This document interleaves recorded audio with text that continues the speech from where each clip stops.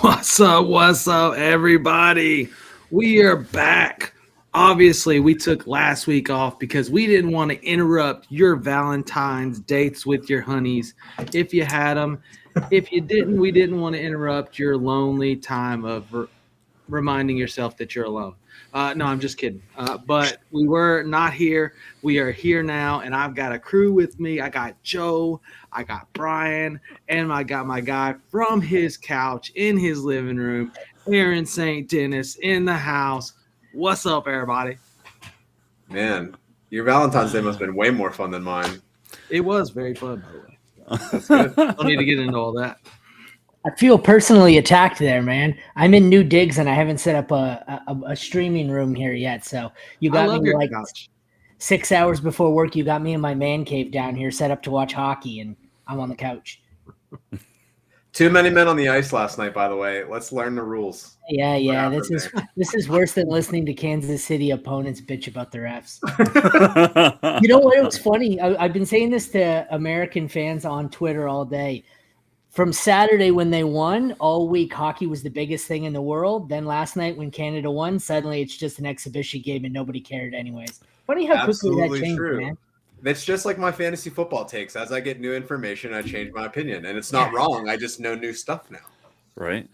Hockey was happening. It was a scrimmage that didn't matter, but I mean, still. Look, speaking of new, it is new. It is time for 2025. We are in the offseason. Everybody is tired of the Chiefs refs saga and the will there be a three-peat. We are ready for new champions. We are ready for the combine. We are ready for the draft. And speaking of combine, my guy Brian, I know that you are going to be there at the combine. Tell us a little bit what you're excited to see, maybe a couple players you're really excited to see work out. You know, I think there's a dynamic in the NFL where you see people on film, right?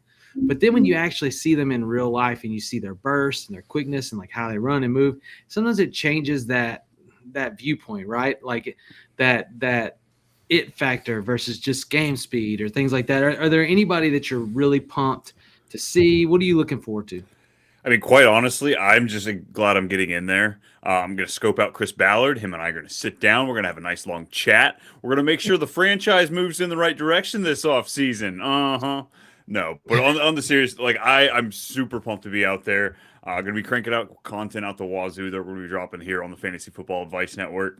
Obviously, you know, we've got Hunter going out there. He's going out as a DB, but we're also going to see maybe some wide receiver workouts. So just kind of seeing him in the mix a little bit, getting to really check out these quarterbacks. You know, I know we have kind of like a consensus top 3 in these quarterbacks, but where would they fall in previous drafts? You know, obviously somebody's got to be the one, but where would they be a true one if we had some of the guys from last year? So just kind of seeing how they perform. And then the running backs. This running back room is absolutely stacked. So once you get past the top name guys, when you have, you know, some of like Devin Neal and Ollie Gordon, like let's see some of them really start climbing into there to like that top 4 and top 5s, you know, some of these top end metrics. You know, Aaron, I know you've been already digging in a little bit into rookies. You know, this is a heavy running back set. You know, I feel like the past couple of years, especially last year, we saw a lot in the wide receiver room. You know, this feels like it could have some potential beast running backs and some guys that you might get later in drafts. Is there anybody that you're really like looking at, excited about, you know, as you kind of started doing your offseason research? I've learned there's nobody I'm not excited about, and there's nobody I am excited about until after the combine. Going into the combine, my board is 500 players long, and then we'll narrow it down. Actually, Brian, it's funny. I didn't know it was you who was going. I got creds last minute, but I couldn't make the trip, and I said, damn it, you know what? I can't afford the hotel last minute. Tell Brian I'm sleeping on his couch, but I didn't know what Brian it was. Dustin just told me Brian's going. Brian and somebody else, though. But I couldn't swing it, so you get to go all by yourself. Well, you guys get to go. No, you know what? I know you want to talk running backs. The biggest thing I want to learn out of this rookie class is actually Hunter, Travis Hunter. That's the one. I know you mentioned it, Brian. That's the one I'm just dying. It's all I spend my time on. I mean, we have no real data here. Once we start getting some combine metrics, then I dive into my numbers. But for now, it's just kind of I want to see everyone, and I want to be able to quickly write a line through some names here next week and circle some others. Well, I know Hunter's probably super intriguing for you as like an IDP guy, because there's a realm where he's actually, if they give him some dual roles, right? Some dual capabilities where you see really significant untapped effectiveness, do you think that that's a possibility in the NFL, or That's where the issues are coming in on several different fronts. I reached out to Sleeper, and I can't get an answer definitively on how they're going to score it. So what I want to know is, say, like I play a lot of IDP, say by some slim chance he does play full-time on both sides of the ball. I think it's very, very unlikely. I think he's going to be a full-time corner who plays maybe 15 to 25% of wide receiver snaps. So I think it's going to be a moot point. But say he does manage to play on both sides of the ball. How are they going to score it in IDP? Because if they score it where I have one guy who can score me double points, he's the most valuable player in IDP rookie drafts. If he doesn't get, he can only get 1 point or scored on one, he's a great IDP rookie. I want nothing to do with him on the offensive side of the ball. Yeah, just a guy simply that you can play in an IDP position and then also can go out there for maybe like a red zone package, go in there and catch you a touchdown, drop an extra 6-8 points, just like that. That is, yeah, like you said, invaluable, as you would see there for those leagues. I don't see how they can stop you, though. Like, what happened in previous years? Like, let's say, like Trey Hendrickson last year, like when he caught the touchdown pass. Like, did you get offensive points for him, or like what did they do? Because I could see how they could limit you on like, hey, like Taysom Hill is not a quarterback. We're not playing him at quarterback, or like he is. But if they do stuff on the field, can they not give you points for that?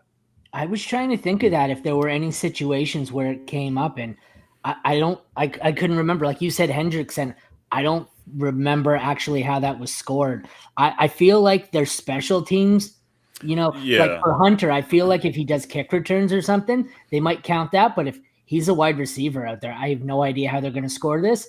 And no one from Sleeper has confirmed or denied what the heck they're going to do. You know what else I want to add into this? By some slim chance, if he does play full-time on both sides of the ball, that's also terrifying because now he has twice the chance of getting injured, and it's going to happen. So I don't know. He's the most intriguing. He's absolutely terrifying.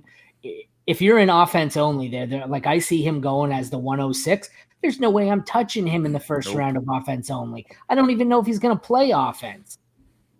Right. Yeah, no, they did say that, like, as a route runner, like obviously he's an athlete, right? He's a stellar athlete, and an athlete can win, right? An athlete can be coached. But, as far as his his route running abilities, like they weren't as strong, but obviously playing DB, you've got a structure of high pointing the football. So there's a ton of possibility with him. I am also intrigued. I'm with you in an offense only. I'm not that interested in going for him early. There's some other players that I have that I would like to get a hold of. But this class is full of people like that. They're just like on the fringe on like where you're going to really value them. But I think most people probably are going to look to take him up there in that range. Well, he's going as the 106. It's crazy. I don't have if this is this is 2 QB. So the 106. I seen a mock draft that Pat Fitzmaurice did, and he has him as the 209. Even that seems a little high, but like I don't want him. I forget 106. I don't even have him as the top 6 receiver. I don't think he's gonna play that much. What are you gonna have? It's such an interesting evaluation because there is something to be said of like, hey, like how good can you play when you're playing the whole game? And if he's focused on one side, how much better can he be? Well, he's arguably the best defensive player in the draft. I don't even think it's arguably. I think he is. He's going to be one of the top defensive backs in the league from day one. I don't see – he's not going to be the wide receiver 1 in the league. He's far better as a cornerback than a wide receiver. I don't see why any team would draft him and not play him full-time as a corner. I think the only situation that I could see unfolding, and based on how he's going to the combine, I don't think this would happen. But if he says, hey, I only want to play wide receiver because they get paid more. Yeah. But I mean, if he's going to the combine saying I'm primarily a cornerback, I feel like he's setting himself up for that. Because I do think he's going to get drafted higher as a cornerback than he would as a wide receiver. No, it's a fair assessment. So, you guys know during the show, we like to, go over to the Fantasy Sports Advice Network and answer some questions live. And I'm going to tap into this one because I think it's going to go into some rookie conversation and some free agency conversation. So we're going to hop over there right after this video. We are here. FantasySportsAdvice.com, offering the best fantasy sports social media platform. Why join endless Discord communities or the trolls of Reddit? Fantasy Sports Advice is a community designed to help you win with 24/7 support. Go to FantasySportsAdvice.com and become a pro member for unlimited access. Again, go to FantasySportsAdvice.com today. All right, so we got one up here, and I've got to kind of Tyler, man, every time you play that ad and I see the Reddit section, I get triggered all over. I hate fantasy football Reddit. It is a horrible place. Why? I love it. I can't stand it. You can't win. It doesn't matter what you write. You can't win. You definitely have to come correct, and you definitely have to come in with a pretty firm stance. I know. No. You can write 1 + 1 = 2, and someone's going to argue you're wrong, and it's just based on Donald Trump or whatever it is. They're going to find some way to make it Anyways, let's move on before I get triggered, please. I think we're past that. Yeah. So I had to scroll up a little bit because Brian had his answer down here in the chat on this question. But, this is Geezer. And, real quick, just so you guys know, on the Fantasy Sports Advice Network, you have everybody has free access to the general channels. So this is the football general where, everybody is talking, fantasy football, and you can post your question. People go in, interact, check in with you.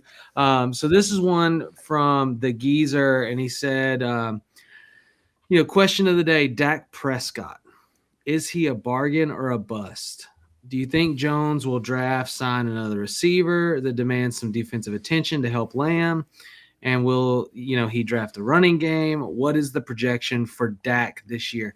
And Dak is obviously one of those polarizing people. I'm not saying polarizing as in everybody is oh man, the talent. I'm saying polarizing is you are either on one side of you love Dak or you are on the other side of Dak needs to go. But he's that middle player where you can really make arguments both ways, right? So, going into this season, and maybe you can start us off, Joe. Are you in on Dak? Are you ready for them to move on? Or what do you think? Do you think Jones, does anything in the draft to actually help him?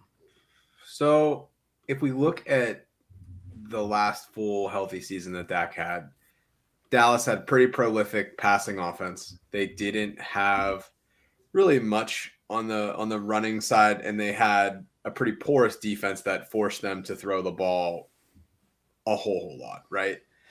One of the big things that concerns me about Dak Prescott, which wasn't the case before he had all of these different injuries, is that he's very much not a scrambler that he once was, where he would take off, run, get you some yards, and up the floor a little bit.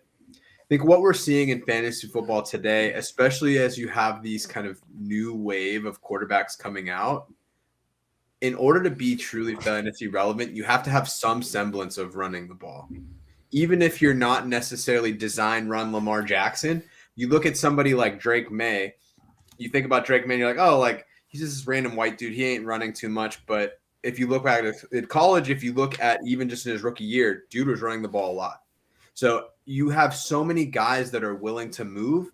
Dak isn't one of those guys. I think in a super flex format, he's a fine and capable QB2. But as far as somebody that I'm drafting in redraft, it's somebody that I would probably pass on, even though he has an elite talent in CeeDee Lamb that he's throwing the ball to. I'd much rather have CeeDee than I'd have Dak. I think that's the nice thing about Dak, though, is the price right now. So, like right now, if you're looking at an underdog, he's going at QB 16. That's borderline stream. I mean, that's streaming quarterback in redraft terms, you know. So, like, that's a guy that you're drafting at the end, but you can drop him after week 3 and pick him back up on week 5 and play him on week 7. I think what we really need to grasp here is we have our second Matt Ryan. He is back. That is what we're getting with Dak. If you go back and you look at the fantasy finishes of Matt Ryan, fantasy finish number 3, fantasy finish number 18, fantasy finish number 5, fantasy finish number 20. Yeah, Dak I believe it was right like there. Even years he was like MVP level, and then odd years it was. Let's go back looking at Dak. Finished 31, 3, 18, 8, 32, 2, 14, 10. Ladies and gentlemen, Matt Ryan for the Dallas Cowboys is playing it right here. And you know what? When you finish at QB 31, you're finishing all the way at the other end. I think we're looking at a top 5, top 3 finish for Dak just based on this pattern alone. Like, do we need real science? Absolutely not. Not when we have concrete research that we're pulling up right here. So, needless to say, you don't have to spend a top 5 pick on that guy. You're getting him in streaming category, and I'm all in for it. I'm willing to take him. He's going right around, you know, guys that don't run like C.J. Stroud, Trevor Lawrence, Michael Penix, Tua. I'll take Dak over those guys. Man, you know, I do agree. I do agree with the value assessment. I think that Dak has hit that point where people feel like maybe he's fading, right? And I think he is fading, but that makes his price really cheap. Like, you know, you in normal redraft leagues, you were getting like Matt Stafford in like the teens, you know, you were getting people like that way late. So Dak feels like going into this year, he's almost in that afterthought level where like the value is there. I'm especially looking if they get somebody good in free agency, they bring in a good running back, like, you know, that gets me hyped. Really, they need to address some O-line. Because that O-line, that Zach Martin just retired too. Yeah, that O-line is really what needs to be addressed. Otherwise, he's just going to get beat up again. I was hoping he was in free agency, Zach Martin. One, Brent Bradford popping in, love the show. Are there any quarterbacks you think worth drafting in this draft? I need a quarterback, so trying to think if I draft one or trade one. And that's where you get to it. Is like, you know, if you're sitting there and you're like, okay, I need a quarterback this year in the draft. I don't love any of this year's quarterbacks. So like if I'm sitting there and I'm like, man, I don't know, like I would go for a deep grab on somebody that could get relevance, especially if they get put in a competing role, right? Like if Quinn Ewers is drafted in the 5th round by the Titans, like I'm interested in a late round grab there, you know.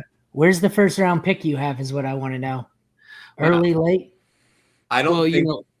You know, back to that question just a little bit is like, if you either like, are any of the guys worth taking? Let's say it's the first round period, right? Or is this a better year? And again, I'm not hype on any of the quarterback. Is it a better year to maybe take a second round or like even a 3rd round pick and get a Stafford or a Dak or somebody that's kind of fading? Even like a 2nd round pick might pull you Trevor Lawrence if it's early enough, who's still kind of young, or I think you kind of have to pay up for any of the rookies coming in, like a Drake May or something like that. You know, I think he played Not too if it's good. JJ McCarthy, you can flip a pick for him. I'd take him over any of the quarterbacks in this class. You could probably get McCarthy maybe for a 2nd round pick if the person that drafted him is not attached, or if they I haven't seen, you know, if Darnold has some kind of longevity there, could put a damper in it. But you know, at this rate, which way are you going? I mean, are any of these guys exciting enough for you to spend your 1st round pick on it against a running back or a wide receiver? No. Cam Ward, it doesn't really excite me, and I think the teams that he's going to have just been perpetual failures, so I don't have a lot of confidence. Like, if he goes to the Browns, it's like, well, that's your career. Sorry, buddy. Like, it just doesn't work out there. Sanders is going to be a very polarizing player. I've seen people be like, he's definitely QB1. If he would have been last year, he would have been like the 3rd or 4th QB taken. I personally, just like from a the way that he's acted doesn't seem like a leader to me. And I think that's like, he's going to have a hard time getting buy-in from grown men that have been doing this. It's like, cool. Like your dad was the coach. You are Deion's son. Well, guess what? Like, we don't care about that here. So he's somebody that I'm kind of out on. And then after that, there's not really anybody that's even in the conversation for first round worthy. Jackson Dart, I know there's some hype with him. If he finds his way in the first round, depending on where he goes, I am interested there, at least, super flex, as long as we're, mainly with these guys. But yeah, I'm with y'all. I think I'd rather take one of these second-year quarterbacks if I could flip that for one of these picks once, because the hype's going to grow. The hype is absolutely going to grow 2-3 weeks out from the NFL draft, and you could probably, get a Drake May, absolutely a JJ McCarthy for one of these picks. Ward and Sanders are going 25 QB 25-26 in startup ADP in the group of Darnold, Geno, Stafford, Fields, Russ, and Derek Carr. So that should tell you where the industry values them. So yeah, I do think, though, to Brian's point, there's something about pro days and combine that gets people super bricked up about like quarterbacks that aren't very good. Like if you look at like Zach Wilson, like the money throw that he had in the combine, like that got him picked top 3, like for no reason other than he was able to throw in shorts off his back foot. So I think our players, like I think Jackson Dart could make himself a lot of money if he has a good pro day. I think Cam Ward, like he has like the arm strength to say, hey, look, I can do these things. So I think that they are pretty deflated right now. I think on the point of JJ, there was a snippet of a news thing that I saw today that said they're considering Sam Darnold as a long-term like extension in Minnesota, but the franchise tag isn't likely. Obviously, February, none of these news articles mean anything, but I think with all of the uncertainty in Minnesota, his price kind of either holds, or if Darnold walks away, then it's going to immediately shoot up. So I think now if that's somebody that you're going to attack, I'm not a JJ McCarthy guy, but if you are, I think now is the time to go and get him. This is probably the lowest that he's going to be pending how the news breaks for him in Minnesota.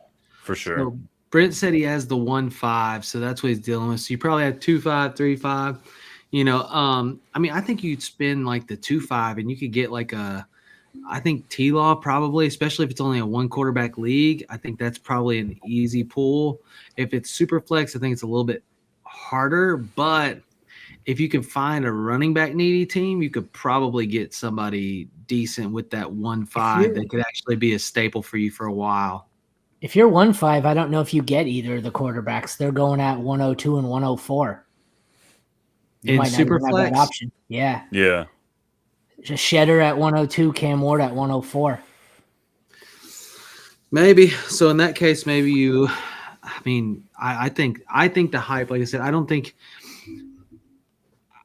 think that you can get enough hype on a receiver or a running back to make a trade like that for the 1.5. That's why you don't do it now, though. Yeah. Wait. Yeah. Wait. That pick only gets more valuable as we get closer to the draft. 100%. You hit that right there, Brian, like right. And Aaron, I'm glad you seconded it. In Dynasty, there, you can't get on your picks too early because like when you're working with picks, like right now I'm trading for picks because I'm getting picks at value, like they're not hyped yet. There's people that are like right now, everybody's sitting in the seats we are right now where they're like, I'm just not sure about this class. I don't know if anybody really sticks out to me, right? And like people are so bored because they're used to doing fantasy all the time. And it's like, well, now what do I do? And it's like, oh, let me just blow up my whole team and get 28 picks. Like, what are we doing? Get those picks outside. Now, though. Those picks start going up Thursday Friday when the running backs and whatnot start. When that combine kicks off, they start going up. You see a RAS score of 10, and then it's like a pick just like goes insane. But that's what happens. So if you're ready to deal a pick, like if I'm in your shoes, Brent, I'm waiting because one, the combine is going to light it up, right? Like it's going to light it up. Then if you really want to push, you go draft, right? Because after the draft, then you see landing spots, you see quarterbacks with potential year one potential, you see running backs, wide receivers drafted at killer spots. And then at that point, you're probably debating on whether or not you should move this pick or not. Because you're probably like, oh man, I might can get Tet here, like or whatever. So you're debating on making the pick, but just like you're debating on trading that pick, that means somebody else wants it so much more. And I think that if I'm still not in on any of the quarterbacks this year, but I think at that point, your 1-5 could churn you. Your 1-5 might churn you, Mahomes or Hurts. I mean, it might pull you. It could pull you one of those guys just because people get soft on vets, right? Like they're excited about rookies. They get soft on vets and they're like, oh, this veteran is like Josh Allen is going to be, 30 to 29 this year. He's getting old. It's time to move him, And I'm like, great, let me give you my 1-5 and my 2-5 and you give me Josh Allen and we'll celebrate all night long. It's – and also, if that does happen to you, send me a league invite real quick. You trade that pick the week after the NFL draft. That's the week where you have your rookie draft set up for August. And right after the NFL draft hits, everyone's like, screw it. We got to do it this week. Let's move it up because they all have rookie fever. That's when you do it. When they start moving the rookie drafts up. Well, not August, from June or whatever it is. Hell, mine usually start the Sunday after the NFL draft is when most of my rookies. I can't get any of those guys to pull back. I always do my rookie drafts a week after the actual NFL draft to just try to make sure that, I like to do this style where we follow the league, the league schedule. So it feels a little realistic, like I'm, managing my own NFL franchise because in my mind I'm capable of that and would love to do it. But, it's living out the dream. I was the guy that played Madden and I never played the games. I just built teams, We'll have the rookie draft set up for the following weekend. And by 9 a.m. Monday morning, the day after the draft, they'll be foaming at the mouth to start it at noon already. That's when you tell. No clock. We'll just go ahead and turn it on. So if somebody wants to draft, they can. Like, dude. Yeah. And then you have 12 picks in 30 seconds with no clock on. And then the draft ends, and everybody's like, well, now what? And it's like, well, you should. Who wants to do a startup? Yeah. Oh, my God. It's the worst. Best ball is so profitable. Right. No kidding. So are there, Brian, and I'm going back to you at the draft, and I have two in mind. So, I'll follow up with those two players specifically, but are there anybody that are like so close to each other in your evaluation that like maybe you're going in looking for some kind of separation? Yeah, I will say at the wide receiver, I feel like it's kind of a consensus 4-ish, 3-ish at the top. And Tet McMillan from Arizona has been like the top wide receiver on just about consensus everywhere. Luther Burden, like I'm liking him more and more, and he's sneaking right there. I'm really interested to kind of see these metrics that we get here at the Combine just to get more. Because me as a taller fella, I do feel like I have a little bias towards taller wide receivers. This guy, Tet McMillan, 6'5", like, dude, we can high five together. That's my kind of, I feel comfortable around that. And then, sometimes I feel like I'm a little biased towards these like 5'11", 6-foot receivers. So I don't want to go in there biased. I don't want to pick him just because he's massive, but we've seen the highlight catches. We've seen the little contour, like the kid played Twister as a kid. Crazy. Yeah. So I'm really excited to see kind of how these two go head to head. Yeah. What about you, Joe? Anybody you're really pumped about? I think for me, we've seen in the last couple years where you've had immediate impacts, which isn't typically the case in fantasy football for rookie tight ends. So Kyle Pitts came out, had 1,000-yard season. It was a big deal. He was going to be the greatest thing since sliced bread. He's kind of fallen off a little bit. But fun fact about Kyle Pitts, every year he's increased his touchdowns by 1. So by year 10, he's going to be putting up 10 touchdowns, and then he's going to be a fantasy steal. So just keep that in your head. He's like one of the only players that ever he's had 1, then 2, then 3, then 4. So he's locked for 5 touchdowns basically. But you keep going. We had Sam Laporta had the big year. Then you look at last year, Brock Bowers did amazing things. Tyler Warren, Colston Loveland, they're the two top guys for this year. Tyler Warren had one of the best college football tight end seasons that we've ever seen. Loveland didn't do as much on the field as far as numbers, but he has a lot of hype as far as like his build profile, all that sort of stuff. So I'm really curious to see how those guys test. Tyler Warren's projected to be the higher profiled guy, but he's not expected to score as well. He was a quarterback for a good while, transitioned over to tight end. So I'm really curious to see how those guys do and how they compare, because they have a lot of money riding on this. I mean, you have people saying as early as like the Jets that you could see some of these guys going in the draft. So it's going to be big for him. You know, Warren's hype has gone crazy. You know, people are obviously in on him. I've seen him mocked in the first. Like, I've seen him hit Brock Bowers territory in mocks, which is absolutely insane to me. Especially somebody that took so long to really like develop into like that household name. What's up, Mike? Mike tuning in. Appreciate you tuning in.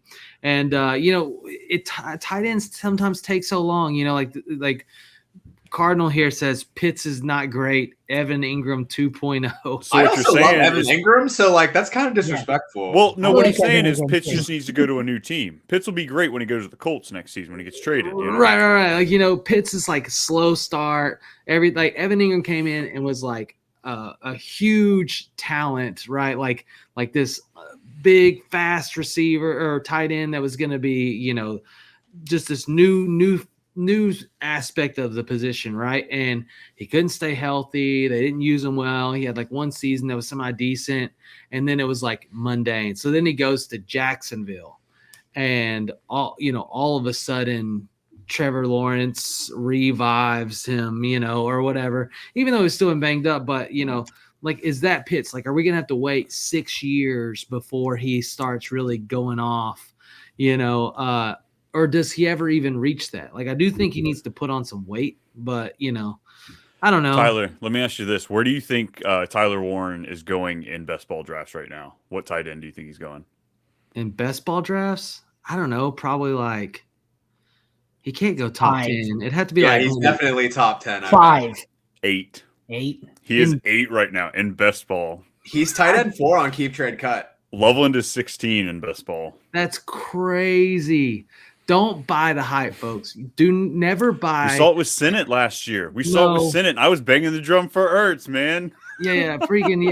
You got Sennett. Like, don't buy hype on a top, like a rookie being top 4. Like, yes, we saw it in freaking Laporta, but Laporta wasn't projected for that. Laporta was like a 3rd round rookie draft pick. You know, you lucked into that, right? And Bowers was generational. Like, I don't see these guys as generational. Like, Brock Bowers did it from the time he got to Georgia all the way through.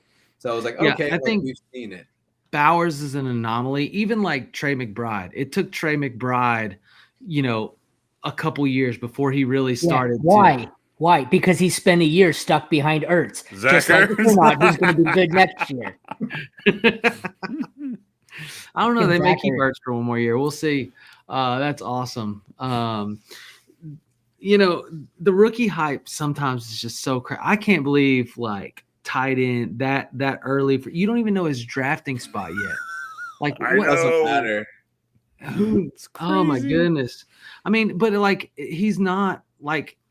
When I watch him play, it gives me like, you know, like like Michael Mayer feels, right? Like tight end a couple years out of Notre Dame, who's now cemented himself behind Brock Bowers, you know, as really the block. Somebody that I would totally try to like trade for like a 4th round pick. I still think it has the potential. I agree with you, but I think he's one of those where it's like his next team he lands on, right? Yeah. Like Dalton Schultz. Dalton Schultz took so long to become relevant.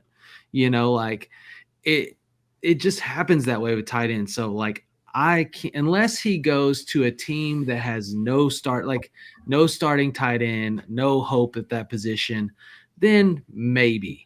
But it was fun. The hype was fun. Do you remember the combine sled drill in Darnell, Washington? Do you remember that? Oh, yeah, that was fun. Dude, I will say this though. I mean, shares I have. for a lineman now. Shut up. Hey. Artie Smith loves him a good tight end too, baby. So we'll see. That's incredible. Incredible. So Aaron, are there two players that you find really close that you're like looking for separation at the combine? Oh yeah, my first answer was Burden and Tet, and I said, "Oh shit, I'll just pivot to the tight ends." And then Joe stole that. Actually, the only difference I had was for the tight ends, I added Harold Fannin Jr. Yeah, let's go Bowling Green, baby. 1,500 yards. Yeah. Other than that, no. Those were my two answers, you fuckers. This is what happens when we don't do a pre-show. Oh my gosh. So for me, it's at the running back position. I have struggled this season with this, TreVeyon Henderson and Quinshon Judkins breakdown, like who's going to do what, who are you looking at? And even when you look at the stats, they're not very different. And so I think that they both could have extreme value, but listen to this. So yards, right? TreVeyon Henderson this season, 1,016. Judkins this season, 1,060. Touchdowns. Henderson, 10. Judkins, 14. Now, yards per carry average, Henderson, 7.1. And Judkins 5.5 because he had more carries. But they're so tight in actually skill and evaluation even in the same offense. Landing spot and draft capital. 100%. Say what? 100%. That's what's going to, those two, it's going to be, for me, landing spot and draft capital is what tells them apart. Because they're so close. Honestly, the top 9 guys for me, I think it's going to be where it is. Where do these guys land? We're going to have probably some of these 4th round running backs that might be more intriguing than the 2nd round, just based on how deep this running back class is and where they land. I like Scatterbo and Neal. Yeah, how many of them do you think we see in the 1st round of the draft? None. Well, Gentry. Oh, I'd say 2 at max. Gentry will definitely go 1st round. I still say none. I'm sticking with none. So I don't know. I'm gonna go 1. If it was 2.5, I'd take the under, but 1.5, it's hard just to say the 1. Who knows with this? This, really, there's a lot of teams that are needing that next guy. Dallas needs a running back. But every year, and they never do it. We say this is the perfect spot. And the 2nd round last year, and they passed, and Carolina took Jonathan Brooks. They never do it. Jonathan Brooks is a wash. Yeah, it worked for them to take Jonathan Brooks. Yeah. But no, I'm with you. It happens, and then it'll definitely be interesting to see how it goes, how it works out. Corey. We got Corey in the chat. He said, "I swear if Dallas takes a running back in round 1." Hey, what are they, 12, I think? Luka, so anything's possible now. They need a freaking offensive tackle. They need to find a real Dallas. offensive Jerry's like, wait, there's another GM being talked about more in Dallas than me? Watch this. Yeah, right. They're going to trade that pick away to get Derrick Henry. No, I'm just kidding. They won't do that. That would be awful. Not that Derrick Henry's awful. Just if you were trying to buy. Is he taking Gentry? Say what? I'm looking at the draft order right now. What's the earliest team you could see taking Gentry? I know Dallas wants one or wants a running or needs a running back, but 12, that's insane. I've seen a mock at him at 7 to the Jets. That doesn't make sense to me. Also, they already have Hall. Why would you do that? Brees is on a contract year. He's never hit 1,000 rushing yards. I didn't like it either, but top names that are throwing out put out mock drafts have him there. So I've you said, I've seen the tight end go to the Jets as well. I have no idea what they're going to be doing. Patriots at 4. Raiders, yeah. So I picked 6. I just pulled up a CBS mock draft, and they had Gentry at the 20th overall pick to Denver. That's That would be crazy. Denver, I kinda Pittsburgh, love that. Chargers are like 3 straight where he Pittsburgh won't at go past 21, them. 'cause Pittsburgh's Pittsburgh's going to whole take a backfield's defensive gone, right? tackle. They Mhm. spent the whole Senior Bowl looking at defensive tackles. They're probably going to There's take so Kenneth many Grant. though. There's so many DTs. I think they'll double dip. trenches. I think they're going to go Pittsburgh's wide RB1 on the receiver. depth chart is Cordero Patterson, is it not? Yeah, that's all they have. And at 21 makes sense. If they take another first-round running back when their team isn't ready to compete, I don't know what I will do. Considering I they will- never pay them ever. Wow. Same with the receivers. So NFL.com writer had published mock draft and has Genty going at number 12 to Dallas Cowboys. So there you go, Corey. Dream come true. I was trying to see if there was another running back anybody had inside the At 12, first. so he can back up Zeke? I'd Yeah. love to see the Cowboys take a wide receiver in the first round because they can get a running back in round 2 or 3, but the wide receivers dry up real quick. So this Okay. this draft has a second running back in the first round pick in Omarion Hampton. Okay, hear me out. I know we like some of the tight ends. Could you imagine if Dallas takes Tyler Warren at 12 with how much Dak loves tight ends? Good So God. That's nuclear. they have Warren. Oh, he won't go that high. That's ridiculous. He might. They have so this one actually has Colston Loveland above Warren going to Denver at 13 based on a trade up. I've seen a lot of talk about the Colts actually going tight end as Colts, well. it has Warren going 14 to the Colts. Yeah. We were supposed to get Brock Bowers, and then the Raiders said, watch this. Man, that's going to be awesome.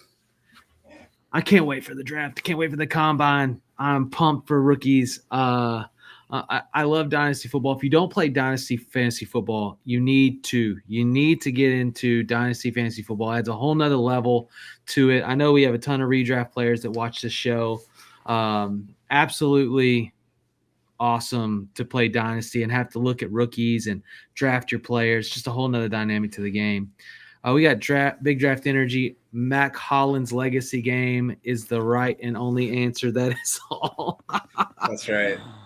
Why would you love encourage fantasy football players to get into Dynasty? Oh, because it's so wonderful. That's like saying someone who likes Coke, here's crack. Like, what are we doing? You Why? can only do it Exactly my point. lightly. I do think the thing though is that it's something to keep in mind if you're doing the whole Dynasty thing is that Dynasty is very much more an off-season game. Once you get into the thick of it, most likely you're not making a lot of week in, week out roster decisions. There's not going to be a lot of waiver things that happen throughout the course of the year. So Dynasty is really like the off-season fun. If you haven't done it before, don't do like 5 startup drafts like right away. Just like Yeah, please God. maybe just do like 1 or 2, put the toe in the water, see how Have a it little feels. patience with it. Yeah. Let it work. No, It's a out. learning don't at experience. all. Have It's you a played l- Dynasty? You want to win a Dynasty league, forget that it's Dynasty and draft like it's redraft. That way, when it tanks after year 1, you win it anyways because they all tank anyways. It's a numbers game. It's like Yes. when I was in college, I wasn't going to get one to say yes. I wasn't going to win the first time. I got to play like 20 different games to figure out if I'm going to win, Dynasty. I finally joined 20 leagues this year. I finally got a chip. Got my first Dynasty chip. Let's go. All right. You got big draft energy. Best ball is the heroine. Best ball is making waves. It is a new way to play, but it is for the people. I will say this: best ball is for the people that love to draft. Like I'm just going to draft 500 teams. I don't want to do any of the upkeep. I don't want to have to worry about trades or anything. I'm just going to draft 500 different leagues, and hopefully some of them win. Yeah, and if you don't draft Jamar Chase at 1, Disco will find you and probably beat you up. So You know what people play best ball, right? It's He's so a at the pretty end of big the fella. year. It's at the end of the year they can have a share of every player in the league to say, "Look, I told you I was in on him. I have him on this team." That's why they do it. Corey said Dallas always reaches. They want their 3rd rounder in the 1st. Oh, that's hilarious. Yeah, no, I mean, who knows with Dallas? I'm guaranteeing at some point in the draft they will mess it up and will leave all their fans going, why is Jerry Jones the GM? If I was Dallas or like somebody that didn't draft well, I would just go and like have someone spying on the Eagles and then spying on the Ravens, because I always feel like they have magnificent drafts year after year. It's like, Eagles, like Kyle Hamilton's just gonna fall to us. Like Howie always has something up his sleeve. Like you look at like how he did it, or even like the Rams, like they completely revitalized their defense in one draft last year. Like, what was that? Yeah, it's awesome. So big draft dinner said draft it and forget it unless you're winning a life-changing amount of money. Fair enough. No, if you do play,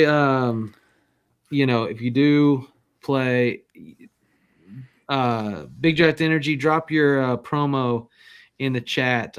If you do want to play best ball, you go over to Drafters, and you can try play Underdog, but Drafters, the new platform, is pretty good. Kind of, yep. And our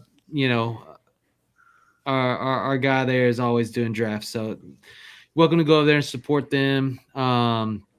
Corey said best ball is the TikTok of fantasy football. People love it and then they throw it, and even though it is trash. It is pew pew. It's the best. It's the best. The amount of times I'd wake up early on a Sunday morning, go grab a nice little cup of coffee, something like that, sitting on the porch and just drafting. Yeah, it's like, let me just scroll my TikTok. Let me just draft real quick. Go, no, I'm good. Going out to dinner with my wife's friends. Oh, what are you guys talking about? Oh, I'm gonna draft real quick. Like it's awesome. My wife hates that. I do drafting best ball. She's like, "Are you drafting again? Are you really drafting again?" Like I'm like, I've only done like 3 of these. Babe, I don't have a stack right now. I need to get my guy keeps getting I keep getting. Oh man. Okay. All right. Look, we're gonna round this thing out, guys. Appreciate you for coming on, Aaron, Brian, Joe. Thanks for everybody that tuned in. We will see you next week, Friday, 9:00 Central, or in this case, this week, 9:15. No, 9:00 Central. Always a good time from the forum. We'll see you guys. Go to Fantasy Sports Advice, the network, and sign up. And Corey said, turn the heater on my house. No, I'm in my jacket because I came straight from the car to get to the computer and do this show because we didn't get out of work until like right at time. Anyways, keep rocking it out. We'll see you next week. Later. We are here. FantasySportsAdvice.com, offering the best fantasy sports social media platform. Why join endless Discord communities or the trolls of Reddit? Fantasy Sports Advice is a community designed to help you win with 24/7 support. Go to FantasySportsAdvice.com and become a pro member for unlimited access. Again, go to FantasySportsAdvice.com.